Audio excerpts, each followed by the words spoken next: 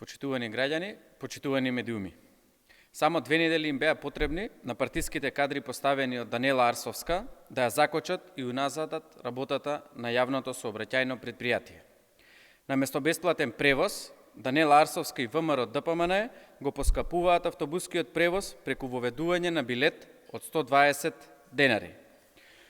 Уште во првите недели по поставувањето, раководството на ЈСП бара помош од владата, очигледно неспособно да се справи со предизвиците. ЈСП е под надлежност на град Скопје и помош треба да побара од градот и градоначалничката Арсовска.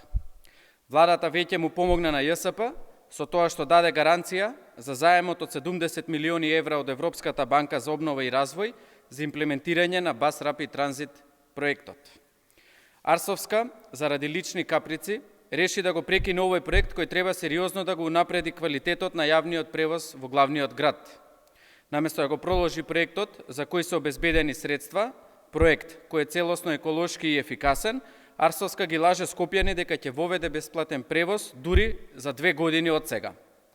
Арсовска и ВМРО ДПМН не се способни ниту да управуваат успешно со ЈСП, а не пак да донесат 250 нови автобуси и да воведат бесплатен јавен превоз. Со прекинување проекти, сократење средства за животна средина, поништување огласи и партизација на администрацијата, Арсовска и ВМРО ДПМН уште во првите месеци покажаа дека немаат намера да се грижат за граѓаните, туку единствено за своите лични и партиски интереси. Во ВМРО ДПМН ништо не е сменето. Оваа партија, заедно со Арсовска, сака да го запусти градот и да го спречи неговиот развој. Ви благодарам.